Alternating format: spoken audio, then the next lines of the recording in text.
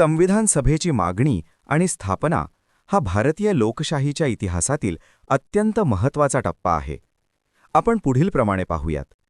1934 प्रथम मागणी. साम्यवादी नेते एम. रॉय यांनी भारतासाठी स्वतंत्र संविधान सभा असावी अशी कल्पना मांडली.